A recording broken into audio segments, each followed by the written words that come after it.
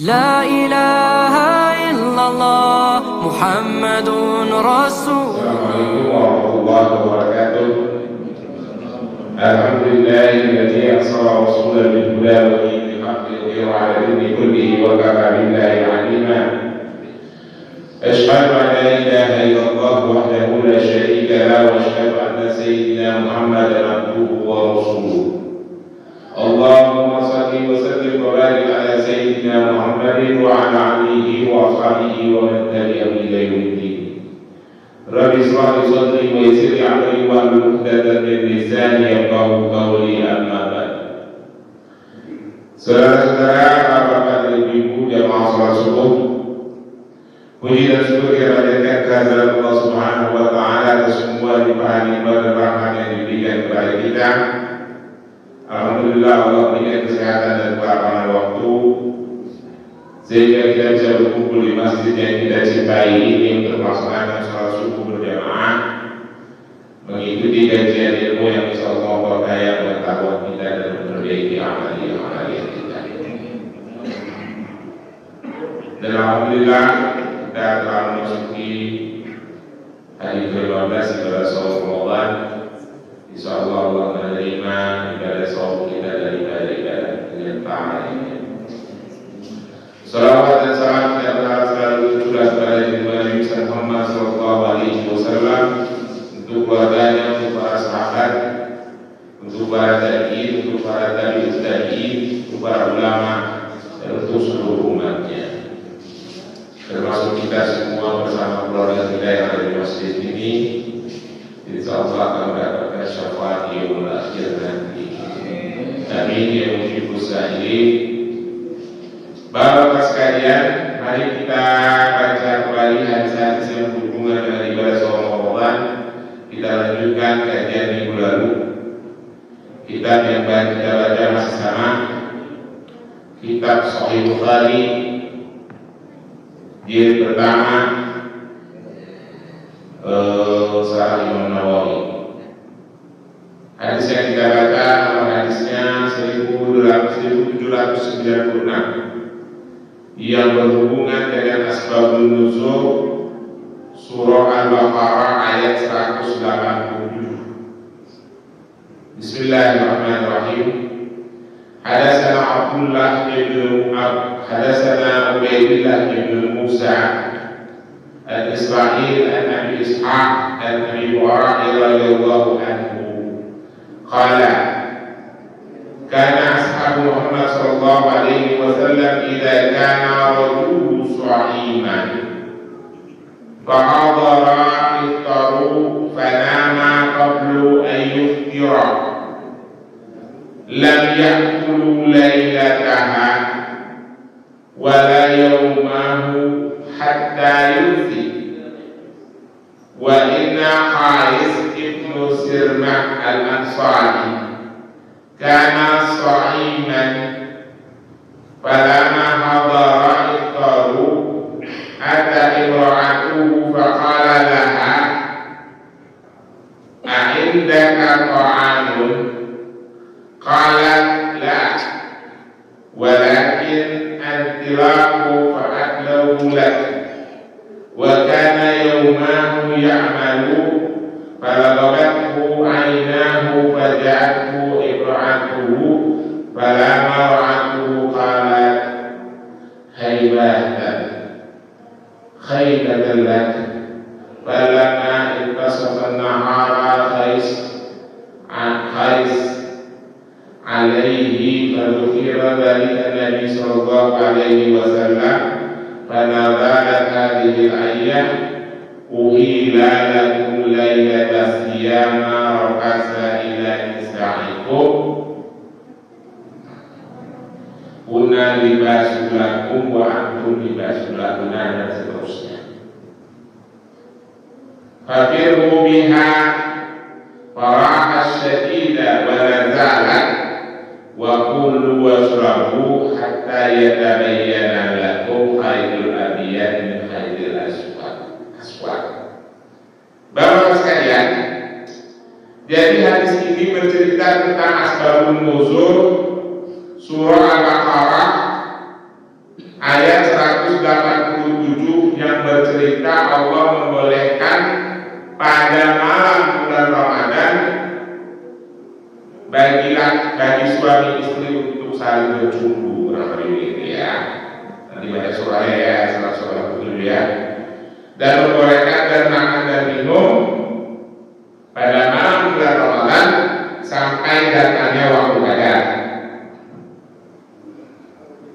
Yang bunyi itu ilakum lailatul siyama rafasa ila nisaikum kunna libasul lakum wa antum libasul lahum dan seterusnya.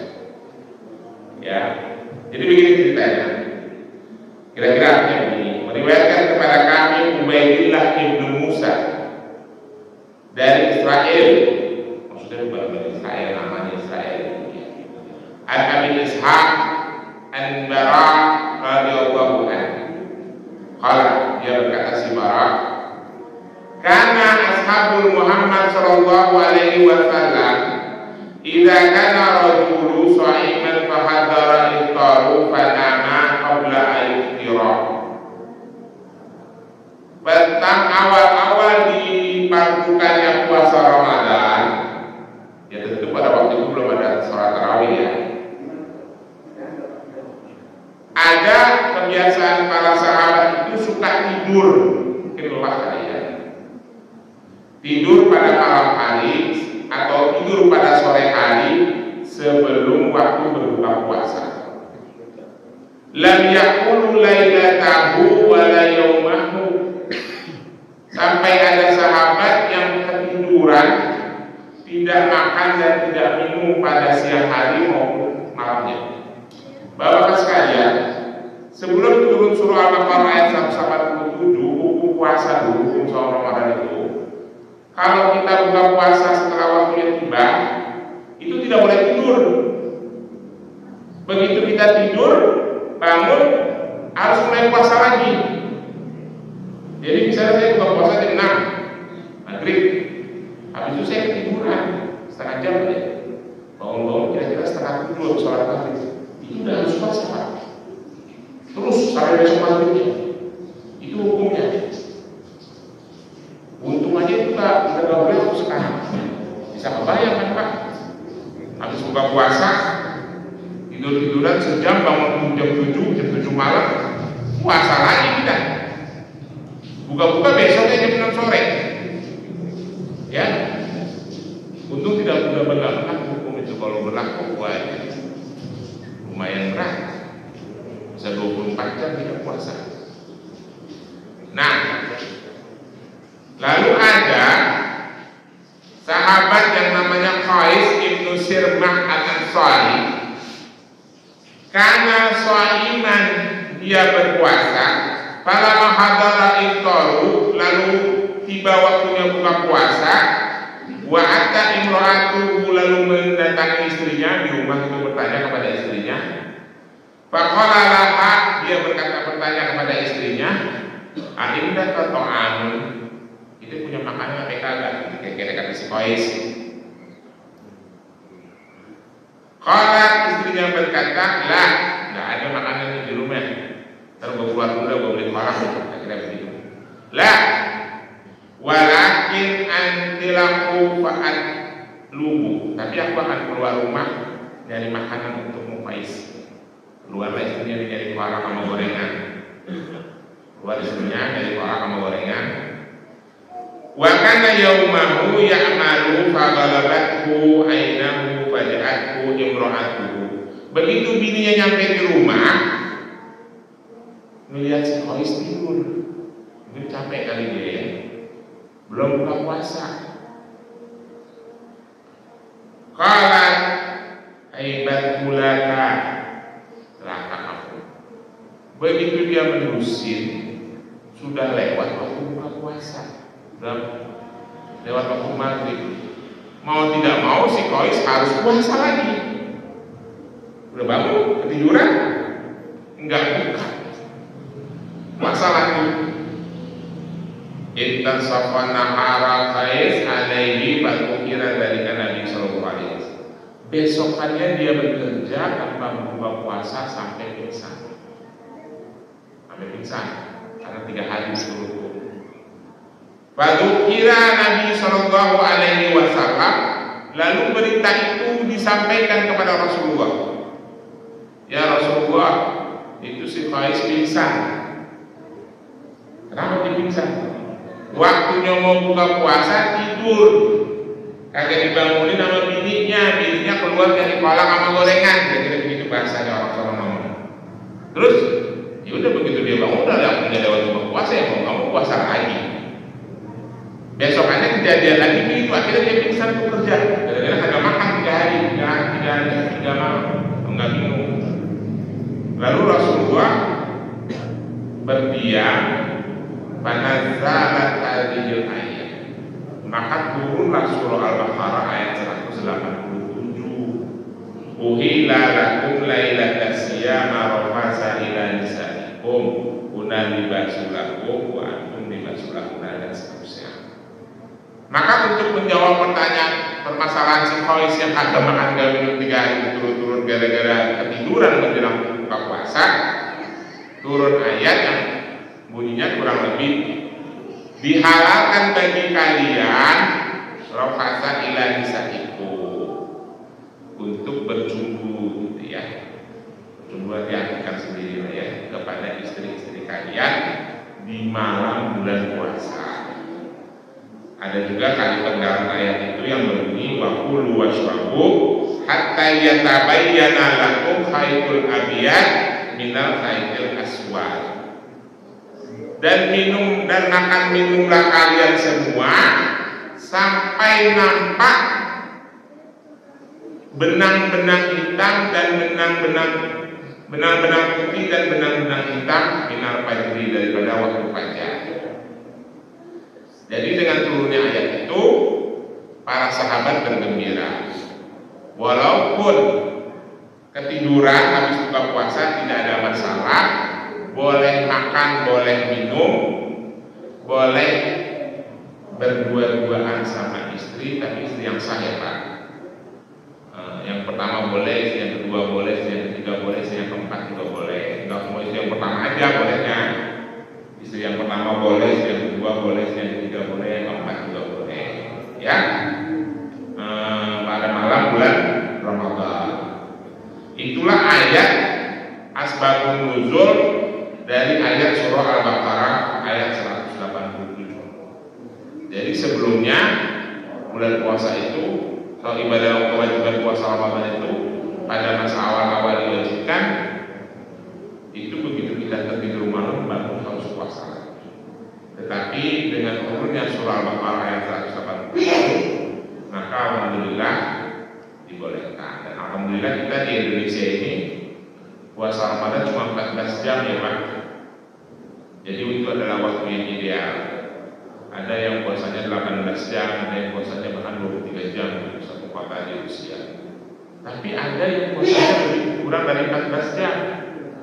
Saudara-saudara kita di Australia, kalau lagi musim panas cuma nggak nyampe 12 jam dia puasa, karena jam 6 sahur, jam 5 buka puasa. Jadi itu hadisnya yang berhubungan dengan dibarukannya bulan puasa Ramadan dan kebolehan-kebolehan pada malam bulan Ramadan. Lalu kita lanjutkan lagi pada hadis berikutnya. Hadatsana Hajar ibnu Minhal, hadatsana Husam, qala akhbarani Husain ibnu Abdurrahman an Sa'id Abdi ibnu Hatim radhiyallahu anhu qala lama nazalat hatta yatabayyana lakum khaytul abyad min khaytil aswad. Kata si Ibnu Hatim, ketika turun ayat surah Al-Baqarah 187 yang berbunyi wa kulu washrabu hatta yatabayyana lakum khaytul abyad min khaytil aswad minal fajri, dan makan minumlah kamu pada malam bulan Ramadan sampai nampak benang-benang hitam dan benang-benang putih di antara benang-benang hitam. Amatu ilal iqal al-iqali aswad wa ilal iqali abyad. Aku, kata si Abu Hatim, ngambil hitam dan benang warna putih. Waja'altuha padangkona tahtal sadati, aku taruh di bawah bantal. Waja'altu unzuru fil laili fala yastabihu. Lalu malam-malam aku lihat nggak kelihatan apa-apa. Jadi si Abu Hatim ini menafsirkan ayat Al-Quran itu secara letterless karena nampak benang putih di antara benang-benang hitam. Dia ngambil benang taruh di bawah bantalnya. Malam-malam dia mau lihat apa enggak, ternyata nggak kelihatan. Fa'adatu ala Rasulullah sallallahu alaihi wasallam. Lalu aku sampaikan kepada Rasulullah sallallahu alaihi wasallam. Fadzakatu lahu dzalika faqala. Mendengar itu Rasulullah berkata, innama dzalika sawadul laili wa bayanun nahar. Maksudnya, kata Rasulullah, adalah waktu fajar. Waktu fajar itu batas kita boleh makan dan minum itu adalah ketika telah terlihat akhir dari masa gelapnya fajar, masa gelapnya malam, sampai awal terangnya siang, kira-kira begitu ya. Itu yang disebut dengan waktu fajar. Dan disitulah terakhir kali kita boleh makan dan minum pada malam bulan Ramadan. Alhamdulillah sekarang orang pada mulai ingat ya, mulai sadar umat Islam. Sudah seperti dulu waktu zaman kita masih kecil, imsaknya 15 menit sebelum subuh. Imsak. Habis itu nggak boleh ngapa-ngapain, itu keliru ya bapak-bapak sekalian ya. Imsak itu artinya puasa. Puasa itu artinya imsak. Puasa itu artinya imsak. Saum itu artinya imsak. Imsak itu artinya saum. Saum itu artinya menahan. Menahan itu artinya saum. Jadi kalau sudah kata imsak ya berarti menahan. Menahannya kapan? Kalau matahari sudah nongol di atas ufuk. Ini kan ufuk nih, kalau kita ngeliat ke arah sana tuh, ke arah timur. Yang paling gampang tuh kelihatannya kalau di pinggir laut. Ini kan ufuk nih, garis ujungnya bumi. Matahari nongol tapi masih gelap, itulah yang disebut dengan perbatasan antara siang dan malam. Maksudnya antara gelapnya malam dan terangnya siang. Itulah fajar. Itulah waktunya subuh. Kalau matahari masih segaris dengan ufuk, tidak boleh sholat. Begitu dia nongol dikit, nah mulailah sholat subuh. Nah itulah waktunya imsak, waktunya menahan. Maksudnya gitu. Waktunya puasa. Bukan yang imsaknya 10 menit sebelum subuh itu. Saya juga nggak ngerti itu dari mana asalnya, mungkin supaya kita siap-siap kan ya. Jadi batasnya imsak, batasnya menahan, azan subuh. Begitu azan subuh itu imsak namanya, atau saum, menahan makan dan minum dan segala hal yang membatalkan puasa. Paham ya bapak-bapak sekalian? Makanya itu benar kata ustaz-ustaz yang zaman sekarang itu jadwal imsaknya itu dirubah aja, bikin jadwal imsaknya jam 4.30, subuh jam 4.40, zuhur jam 12 sekian, asar jam 15 sekian, maghrib jam 19, jam 18 sekian. Itu jadwal imsaknya, jadwal sholat. Jadwal sholat bukan jadwal imsakiyah ya. Benar kata ustaz-ustaz zaman sekarang. Kalau jadwal imsakiyah itu imsak jam 4.40, lalu sholat, lalu tadarus jam sekian, kajian subuh jam sekian. Nah itu baru jadwal imsakiyah. Lalu kajian zuhur jam sekian, itu jadwal imsakiyah. Jadwal kegiatan kita selama menahan atau selama berpuasa. Tidur itu bisa dimasukin. Semua kegiatan kita di dalam bulan Ramadan, kegiatan ibadah kita itu imsakiyah, jadwal imsakiyah.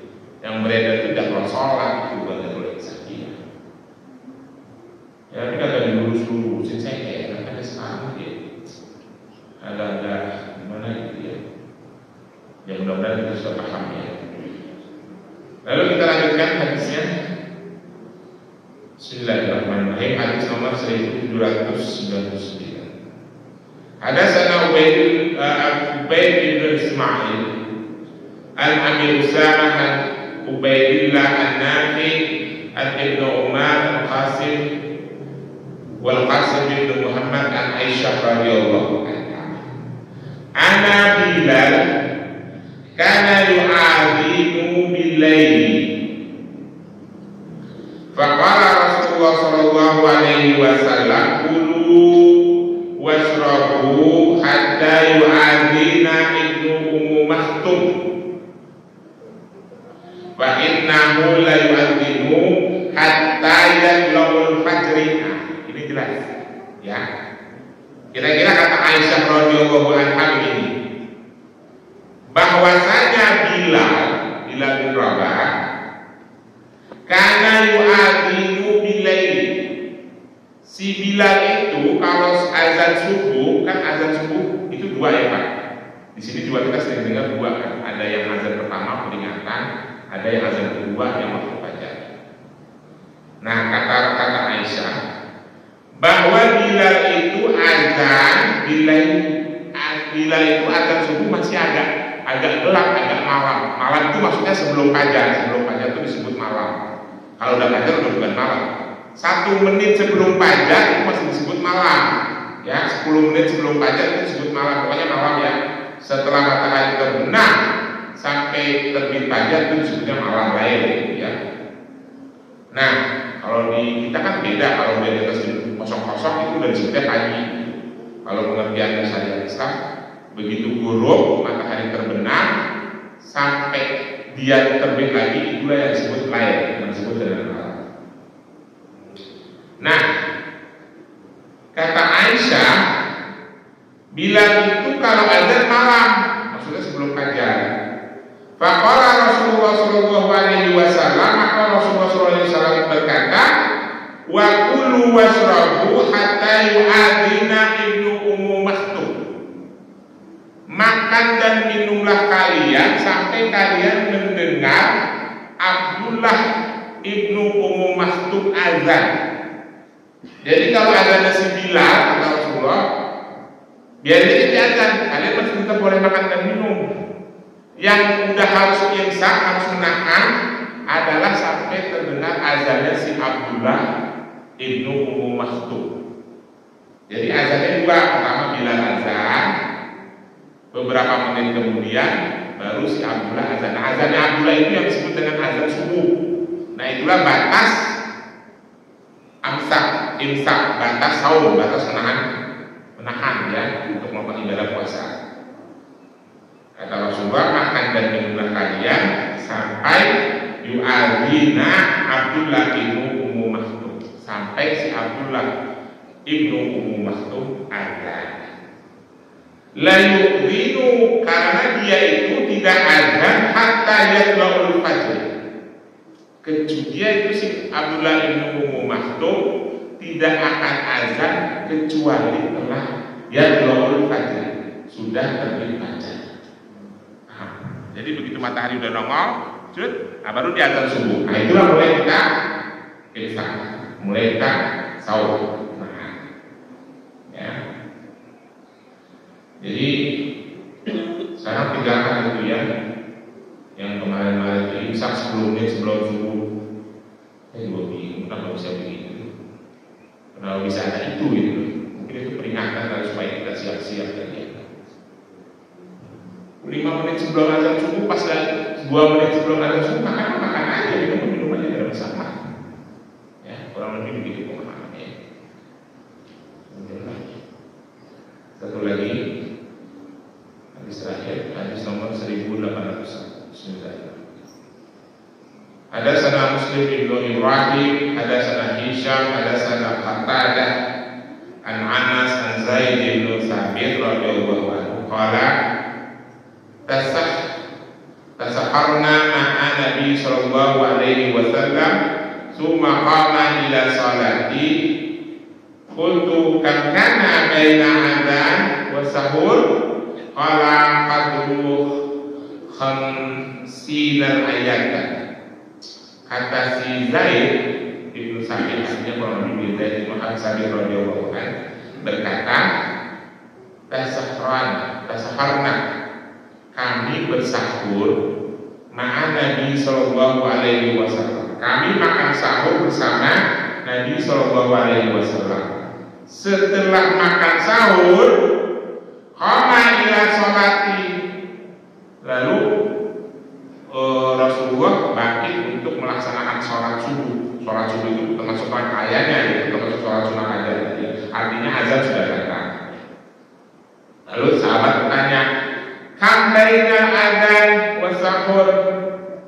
Kira-kira jaraknya berapa lama antara azan dan sahur, azan subuh yang kedua ya? Qala, si Zaid bilang, kira-kira 50 ayat. Kira-kira waktunya itu sepanjang membaca 50 ayat. Ya, jadi ada jeda, mungkin itu kali yang dimaksud ya, antara waktu yang sudah ada di jadwal itu yang jaraknya 10 menit, karena berpedoman pada hadis ini mungkin. Yaitu begitu Rasulullah selesai makan, lalu dia berdiri untuk sholat karena sudah terdengar azan. Ditanya oleh para sahabat kepada Zaid, berapa jaraknya? Kira-kira sewaktu bacaan 50 ayat. Tapi 50 ayat itu 50 ayat yang baca orang Arab, bukan orang Indonesia yang baca yang geremet ya. Yang ada 50 ayat ya mungkin kalau sahabat Rasulullah baca paling 7 menit lah ya. Kira-kira begitu Bapak sekalian, hal-hal yang berhubungan dengan ibadah saum Ramadan. Mudah-mudahan menambah kawasan dan pengetahuan kita bersama. Lebih kurang yang mohon maaf. Kalau ada pertanyaan saya persilakan. Ada pertanyaan? Kalau tidak ada, terima kasih. Wassalamualaikum warahmatullahi wabarakatuh.